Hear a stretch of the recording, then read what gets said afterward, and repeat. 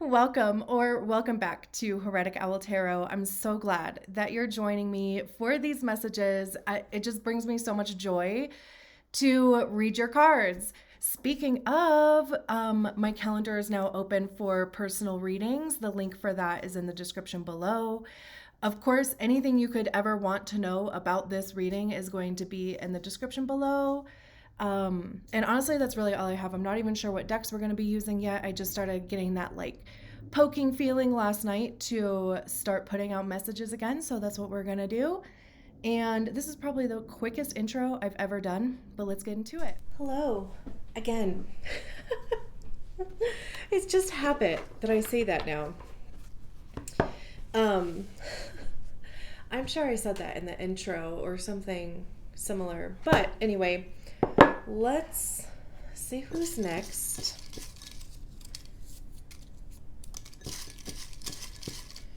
All right.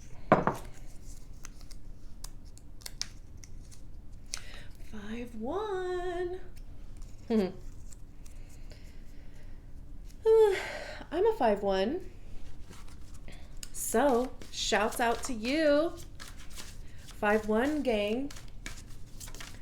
The Heretic investigators, Heretic. I like saying Heretic. I don't know. Just words, right? Maybe. Anyway, for the past or in the past profile readings, I've always had like a website queued up or some sort of content from somebody giving a little blurb about each profile, and this time I did not, and then I realized that, and I tried like going out and searching, and I did find some websites that I saved for later, but like nothing was really kind of hitting the spot. So I'm just kind of assuming that that's not an important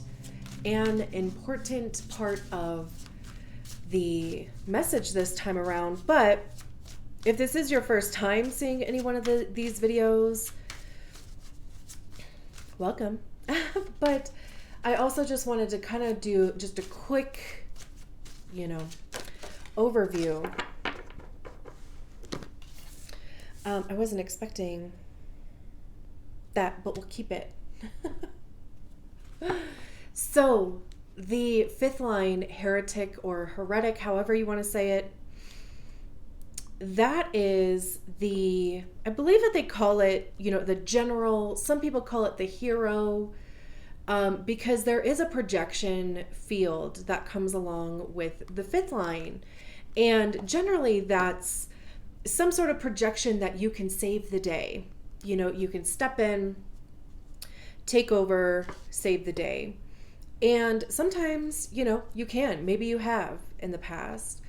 But also, it's like I said, there is that projection field, and it's generally that people are projecting something onto you. So it's, there's a big heads up about being sure to check in with your strategy and authority to enter into correct projections. Because if for some reason you can't live up to the projection, then you will be burned at the stake. Good stuff.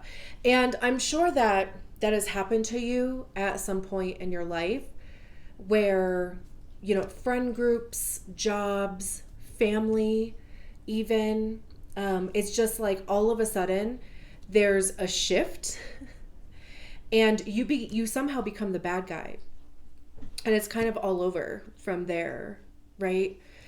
That's that fifth line. Like me personally, I've been through 3 major like friend group changes, jobs, However, I will say that, the gift that comes with that fifth line is knowing yourself so deeply and so authentically that like literally nobody can tell you who you are. And also, it's understanding that who they think you are is a projection of them 99% of the time. So, of course, just recognizing that. And then the first line is the investigator. So, the investigator is all about knowledge. Your sense of security would come from having a firm foundation in knowledge. So with the 5 and the 1 put together, there's this universalizing of information. Having an understanding of information and then sharing that, universalizing it with the collective. The 5th line also has a thing about a stranger of consequence is the phrase that's used, meaning you would have a greater impact on strangers versus people that are familiar with you. Unlike a 4th line, like if you have people in your life that that are 4th lines, they're all about, their network, their friends, their community, and they're here to be familiar in order to make an impact on their community. And with the 5th line and 5 ones, that familiarity is going to breed content. And then, the projection dance starts going on. So 5th line, heretic, stepping in, saving the day. You can be a hero. Of course, if your strategy and authority says that it is correct for you. If you want more information too on your potential projection field, you can take a look at your personality, sun and earth. That's on the right hand side. You can search for those gates and get some additional information pertaining to the 5th line. And then the 1st line is the investigator. So, really getting your hands dirty in some knowledge. I mean, you might just like researching things and just be a sponge for information and knowledge, and then, being able to share that with other people. I hope that made sense. And we do already have an oracle card here. And it says seasonal harvest. Love this, especially going into spring. I know this is already, this is a harvest, so this would be later in the year. But it does have this feeling about what you do now is going to grow to the point of being able to harvest it, or it's an invitation to harvest what you have already been working on. This feels like very earthy and grounded as well. So it could be an invitation to get out into nature if it's not absolutely freezing where you are, like it is where I am. This is lavender, it looks like, that they're digging into, so that could even have some sort of significance. I kind of want to see what the seasonal harvest. With hard work and a little dollop of luck, our endeavors will eventually bear fruit. No matter what form this takes for you, be sure to take time to celebrate the harvest. Whether it is an actual harvest of food from your garden or a metaphorical harvest of something you have been working toward, it is important to stop, take a breath, and feel the joy of gratitude that comes from an achievement, any achievement that took time and effort. Yeah. That's basically what I was saying. It also has like a 7 of Pentacles vibe to it, where it's recognizing that you have to put energy into a thing to get energy out of a thing. Like you can't just plant seeds and just not do anything with them ever again, right? You have to water them. All the stuff that gardeners do. I'm trying to think of terms this is the type of gardener that I am. I planted a broccoli seed, what I thought was a broccoli seed, and a tomato plant grew. So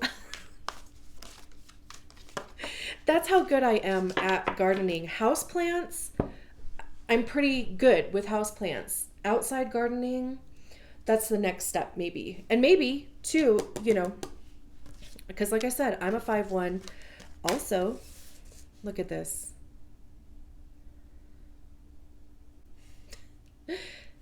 We have the Two of Cups and the Ace of Cups. Part of me feels like they should be the other way. I can't even remember. Anyway, I'm going to leave it like that because that's how I put them down. And I think my OCD wants it to go like 1 and then 2. How effing cool is that though? The odds. Oh, that's way too many. We just need 4 more. This could even be building relationships with people with the Two of Cups out here.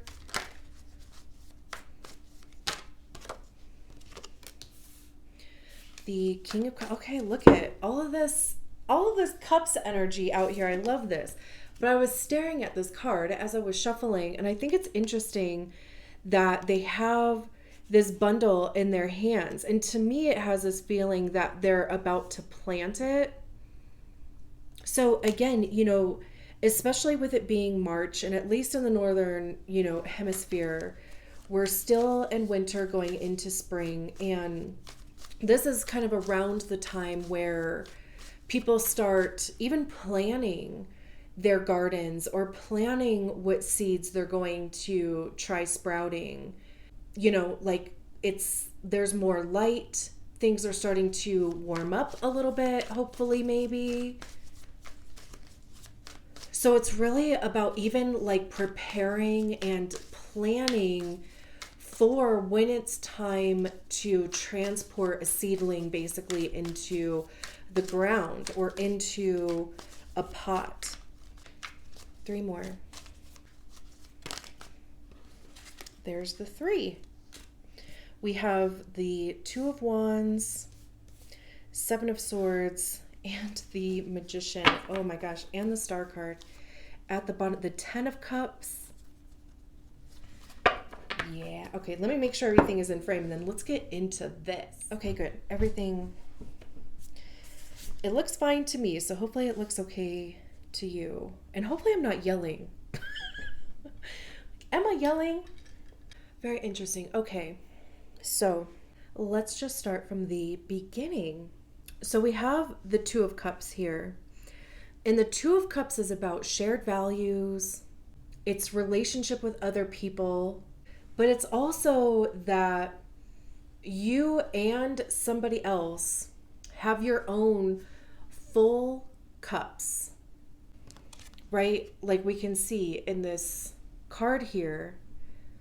And there's this equal exchange to some degree. And with cups being about our emotions, it's, you know, it's love. It's the way that we feel about a thing. This could be how you express your emotions to other people. And, you know, I mean, this could be romantic. It could be business. It could be platonic. And I love that I finally have this book too. I don't even think I said it because this actually came out faster than any other reading that I've done so far. But this is the Everyday Witch Oracle and the Everyday Witch Tarot. And I have this deck in the pocket size, so it's like, you know, smaller. It didn't come with a book though, and I love books because that first line, right? Like I love hearing other people's perspectives of stuff. It only like broadens my knowledge too. So it says attraction, compatibility, and partnership. A cup shared can be the start of many good things. The Two of Cups is all about connection. That might mean love, whether new and exciting or forged by the fire of years spent together. It might mean partnership of some other kind. But either way, the connection is deep and important, positive and healthy, and not to be taken lightly. Together, these two people make magic, creating something bigger than either of them alone. They raise their glasses to toast each other because they know that a connection like this is rare and valuable and well worth celebrating. If you asked about love, it is pretty clear that the answer is resounding yes. Of course, you might have asked, is this relationship worth hanging on to? In which case, the answer is also yes, unless you know in your heart that what you are looking for, this partnership and commitment, isn't going to happen in whatever relationship you were asking about. Wait. Unless you know in your heart that what you are looking for, this partnership and commitment, isn't going to happen in whatever relationship you were asking about. For the most part, though, the Two of Cups is a thoroughly positive card denoting a relationship that is based on trust and mutual respect. That's a good thing, no matter what the connection is. So, I mean, there could be somebody in your life or coming into your life that is going to, it's like the missing link type of thing. It's interesting because, we have this cat down here, precious cat, offering this fish to this cat here. So it's almost kind of like there's more than one benefit to this relationship. Whatever type of relationship that is. It's also interesting because I'm kind of getting this feeling that like maybe you're waiting for a relationship to come in, or it's like thinking that you can't do something on your own for some reason. Because what's interesting is that this is the only card that has two people on it. And it's the only card that even talks about more than one person. I mean, the King of Cups does, but the King of Cups is more about leadership and having a kingdom, quote unquote, to oversee. It's not necessarily specifically working with another person. So this kind of feels like if you're waiting for a certain somebody, or if you think that you can't do something on your own, then I can tell you that this reading is here to tell you that that is not true. And it's going to tell you that doing it on your own is going to be much better. And even maybe too about like doing it in your own way. Because I also think that 5-1s have a very, like non-traditional way about them. I think that also kind of comes from the Heretic, which is literally going against the grain, going against tradition. And that can be, I know we're still talking about this first card here, but it's like unfolding as I'm like talking out loud, because that could be a decision that you are contemplating. And maybe that's kind of at the place where you're at right now is, do I attempt to get somebody else involved or wait for somebody else to get involved, or do I go at this alone? Because we have the Two of Wands here, and the Two of Wands is the one that's making that decision about what to do. We start with the Ace of Wands, which I know isn't out here on the table, but the Ace of Wands is about that spark of creativity, that spark of passion, desire, that's getting a phone call or having a conversation that just kind of like makes a light bulb go off. And then the Two of Wands is like, okay, now what? Now what do I do with that? What actions do I want to take? I mean, they're literally holding the world in their hand. Is that one song? He's got the whole world in his hands. He's got the whole wide world in his hands. That's the only part of that song that I remember. Is that like a Girl Scout song? I'm not even sure. I remember singing it in Girl Scouts, but that's the only part of that song that I remember. But it's like, this has this feeling of, at some point you're going to have to make a decision. And that could be where you're at right now. And then we have the Ace of Cups. So we go from this Two of Cups energy to the Ace of Cups. And what's also interesting here too is that in the Two of Cups, the cups are half full, still full, right? I mean, of course, depending on how you look at things, right? And for me, it depends on the day. I'm emotionally defined, so that wave is real. But the Ace of Cups, their cup is overflowing.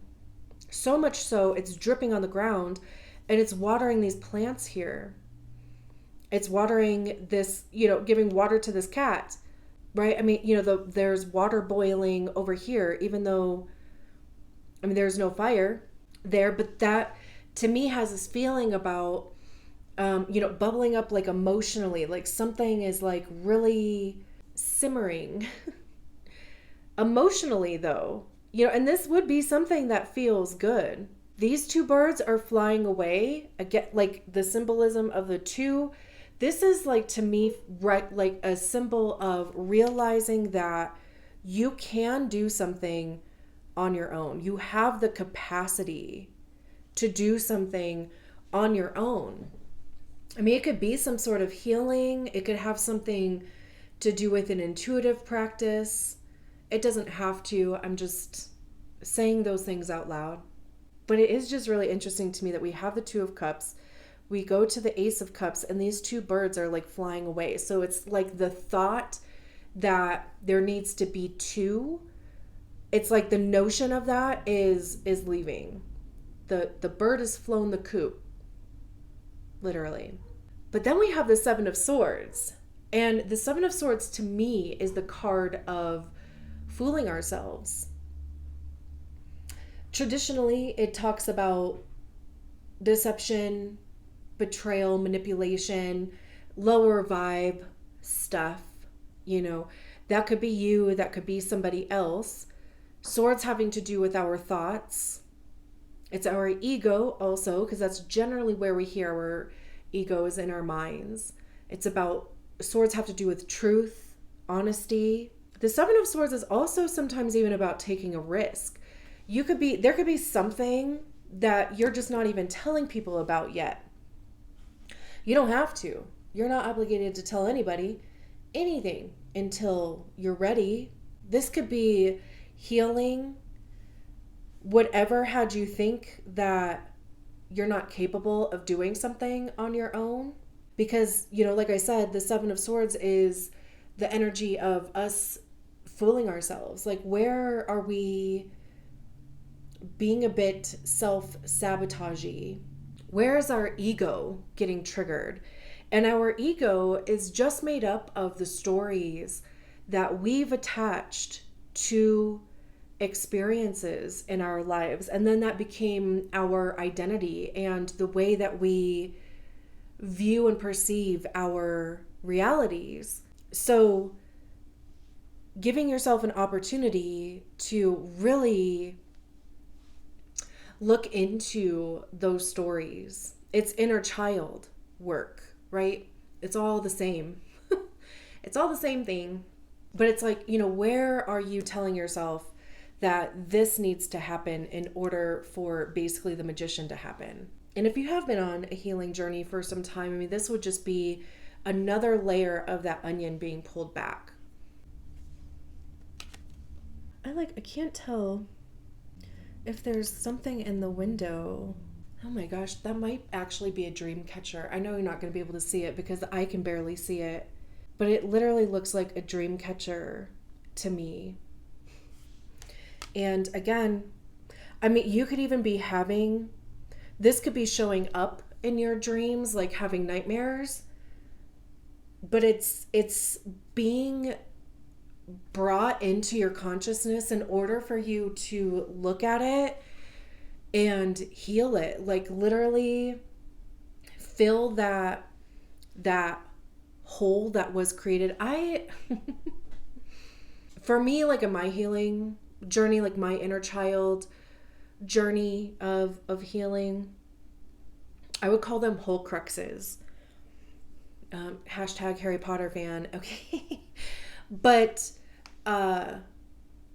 because that's how it felt, is that my energy got stuck somewhere in multiple different experiences throughout my life. So I would literally spend time journeying back into my subconscious, into my, like literally into my ego, because as they say, the only way out is in. And I would find these whole cruxes. It took me years. I'm not going to lie. It's definitely not linear. It's definitely not something that I think happens quickly. But I journeyed back with the help of somebody else. And that could be what this is. I mean, it could even be a therapist. It could be a mentor.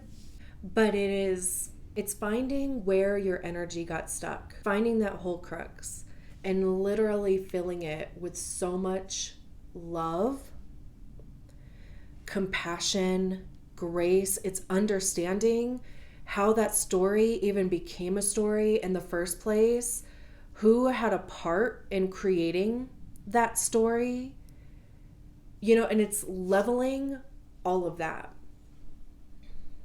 And then absorbing that energy back into yourself, right? Like it's reclaiming that energy.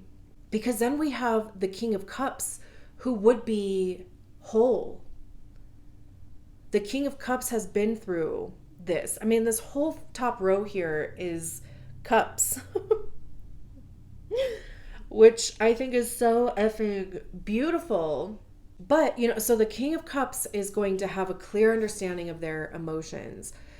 I don't even want to necessarily say they're going to be in control of their emotions, especially speaking in terms of, human design. If you are emotionally defined, even if you're not, it's recognizing like where those emotions are coming from, and, also recognizing that there may not even be anything that you can do about them except for act like a raft and float. If you are not emotionally defined, then it's, recognizing, are these emotions mine or not? And cleansing. And maybe that's even taking a salt bath, whether you're emotionally defined or not. But the King of Cups is also intuitive, empathic, empathetic. But as much as they are those things for themselves, they are also that for other people. Because it's the king. It's the highest expression of the suit, right? And then we have the Magician. I am actually curious what the book says about the Magician. Let's see. The magic is inside you. You have all the tools you need to accomplish your goals. On an altar are 4 silver tools: a thame, wand, chalice, and pentacle coin. They glow with a golden light. A black cat is perched on one corner, sitting upright and based like, knowing whatever it is the cat knows. Behind the altar table stands an androgynous figure with dark shoulder-length hair held back by a silver circlet with a crescent moon in the middle. The figure wears rich and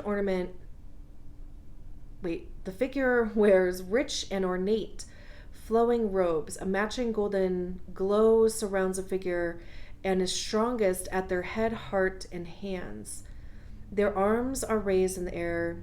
Who is this mysterious figure, and what does he or she represent? Magic, of course.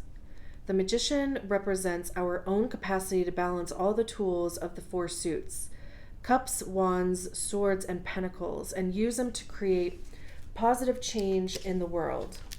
The Magician card is powerful and positive. If your question going into the reading was anything like, can I do this or will I succeed, then the Magician appearing will almost certainly mean the answer is a resounding you bet. But keep in mind that this card is about personal power and individual ability. Whatever you are dealing with, you may have to rely on yourself to triumph in the end. But don't worry, you already have all the tools you need to succeed. Exactly. Like, that's what I was kind of saying at the beginning, is that whatever this is, this could even be codependency to some degree. But it's like recognizing that there is this, like, there's something within you that recognizes that there's an individual journey that needs to kind of happen from this place. Like your next step of growth is going to come from doing something on your own and in a way that you want to do it. Because obviously, if there's somebody else involved, then you have to take on their opinions, you have to like hear out their thoughts and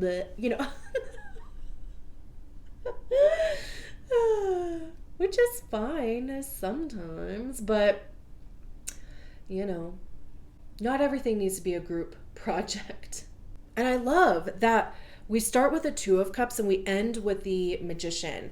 And I love this journey in the middle because there is this growth happening, and it's emotional growth. It's emotional maturity happening here in order to get you to a place of recognizing that you have all of the tools that you need in order to do this thing. And then we have the Star card at the bottom of the deck, which is the center of attention. This could be social media or a blog. It could be, putting yourself kind of front and center, like literally. This is also a card about hope, faith, trusting the process. I always see the Star card as being that literal space between where we manifest in the 5D and us in the 3D. So it's, trying to blend those two things or pull that manifestation down from the ethers into the 5D.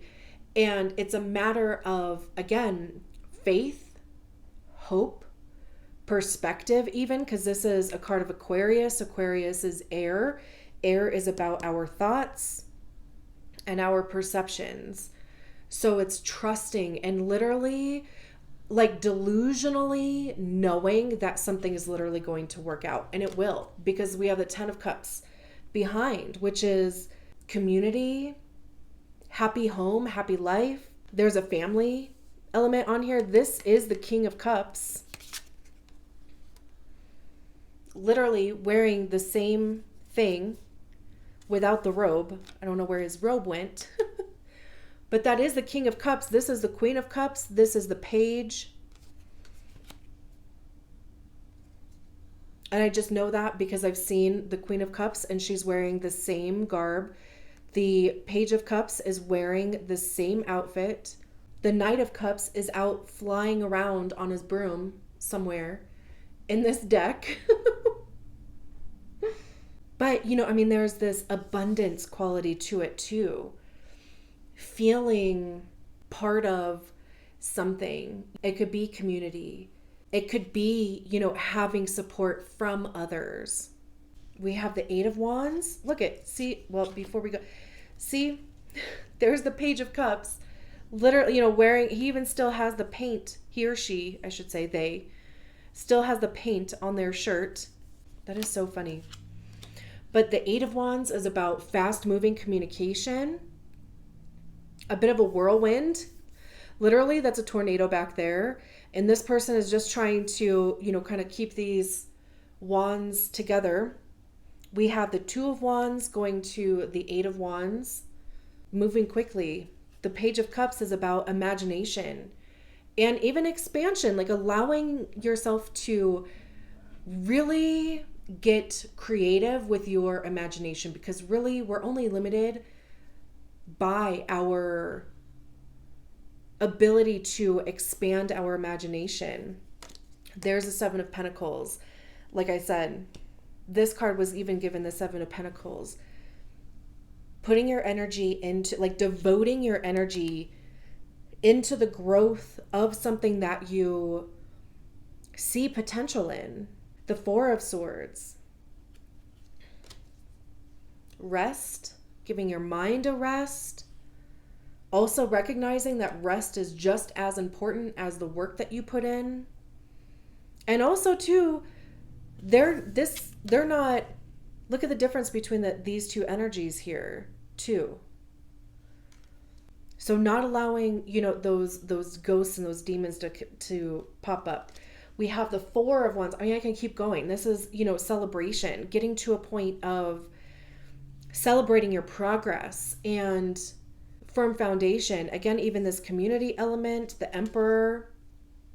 There's the, see, I told you the Knight of, the Emperor is, again, a leader, an authority. There's a confidence element to it. It's also the divine masculine. So putting in the work and the effort.